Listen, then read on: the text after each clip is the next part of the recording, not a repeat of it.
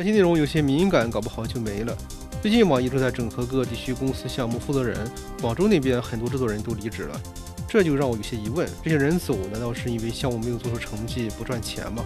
还是因为他们能力不行呢？其实我一个外人来看呢，核心原因可能都不是这些表面的事儿。之前还有一个新闻说，网易内部的人员搞贪污受贿，一开始呢这些人还否认，但结果这几个人要不然被抓，要不然就被开除了，这事才算实锤。当然，我本期视频并不是针对网易这家公司，而我是想聊聊游戏行业里那些到现在都没解决的一些破事儿。网易呢，因为它名气大，它更有代表性，我可不是专门挑它毛病啊。不知道大家有没有最近刷到过跟这则新闻有关的图文或者视频？在评论区的很多人都认为啊，有可能这个人离职的原因是制作理念不合，或者是业绩不达标。但实际上我个人觉得网易这事呢，大概率跟争权夺势有关。而且这也不是新鲜事啊，10年前呢我就知道网易内部挺厉害的，这个消息绝对是靠谱，不是瞎编的。但话说回来，这真不是网易一家的问题，几乎所有的游戏公司都这样。那么为什么在游戏公司中的内斗问题这么突出，而且似乎难以解决呢？第一点就是游戏行业太暴利了，你要是能把项目做成功，职位立马往上走，反馈快，回报也高。可是职位升了，权力也就大了，有些人就开始琢磨争取更多的东西，逼着底下人进行站队。第二就是现在虽然有很多公司讲究放权，说是能够让管理更灵活，可是权力经常是放出去收不回来，就容易变成藩王割据啊，就跟古代似的，皇帝看着底下人斗，只要能给他赚钱就不管不顾。现在很多的游戏公司也是这样，表面上是业务问题啊，其实很多都是内斗造成的。我之前一直不想聊这个话题啊，因为10几年前中国游戏行业兴起的时候就有了，而且特别严重。好多人呢因为不想站队啊，不想搞这些破事，干脆辞职走人。但现在的经济形势不好，大家辞职风险太高了，加上越来越多人发现这个问题，所以我觉得是时候聊聊了。接下来我给大家讲几个真事啊，100%真实的，你们听了可能会觉得离谱。第一个事情呢，是像有些公司赚了钱，开年会发奖金的时候呢，本该拿到奖金的制作人、主程序、主美、主策划1分钱没有拿到，反而把奖金给到了某一个程序、某一个策划或者美术，你说这合理吗？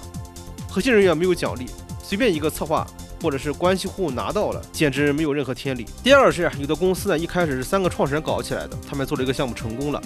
，3个人呢，一个人做策划，一个人做美术，一个人做程序。后来把公司做大了，也找了投资，后来问题又全来了，投资人就跟这3个人也不对付。更要命的是啊，这3个人自己也开始内斗。公司壮大后呢，他们各自成了各个项目的负责人，赚的钱收益都不一样，负责方向也不同，最后闹得不可开交，公司都快黄了。第3个是呢，像是有个制作人带了团队进了一家公司，一开始立项的时候呢，公司都说这个项目非常好，让他们好好做。结果快到做 demo 阶段了，公司里呢跟他平级的人全部都跳出来反对。开会的时候，老板问大家对这个项目有什么看法，其他人明着不说呢，暗地里呢全都是一些落井下石的话。后来才知道啊，是老板下面的一个游戏业务负责人想把这个制作人赶走，故意联合其他人搞事情。当然大家也别觉得游戏公司的内斗有多高明啊，跟宫廷剧似的藏着掖着，其实特别直白，特别蠢。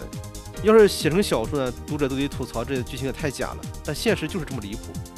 啊！当然不光国内这样，国外游戏公司也没有好到哪去，就像是极乐迪斯科那个俄罗斯的工作室，最后团队都被投资人踢出去了。表面看是投资人的问题，但我觉得背后一定有一些内部矛盾，毕竟团队里的人也不是第一天认识。这些事情跟我们国内这些事差不了太多，无非就是人情世故那点东西，最后演变成了逼你站队。但是把公司的管理制度提上去就好了吗？之前制作出《影之刃零》的林永坊公司的创始人就聊过这个问题，他们有段时间是把公司的管理提上去了，可是公司又缺乏了一些活力，而且造成了很多的不好的问题，就使得整个游戏的制作过程变得公式化、流程化，游戏就真的变成罐头食品了，也没有太多人买账，而且就是骂声也不少。其实就一个核心问题，游戏是一个创意性的行业，它跟整个的管理制度严格是相违背的。当然你可以把这件事情用另一个方式来解决，也就是你把收益分得更多一些。影视圈的 Tim 在采访中聊过这个问题啊，其实他在分钱方面是很大方的。同时公司出现内斗问题的时候，他经常直接把这个项目组重组或打散。对于不合群的人呢，他可能让他独立战斗。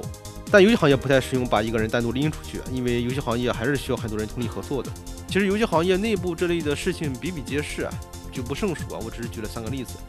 啊，这些内容确实有点负能量，但实打实的都是真话。我也希望游戏公司能够好好管理这些问题啊，在公司获得最大收益的同时呢，把公司制度搞起来，但又不能是现在这种啊996、997，甚至是加班时间非常长的这种泯灭人性的管理制度，更不能是出现像内斗这样的严重情况。我觉得现在的很多游戏公司能做的事情很多，但是做起来非常容易，不要让内斗毁了真正做游戏的人。本期视频仅仅是分享一些我的浅薄的看法，因为再分享一些内容的话，会显得非常教条化，而且我也没有管理过公司。如果你喜欢本期视频的话，欢迎点赞关注啊！我们下期再聊聊行业里的真事儿。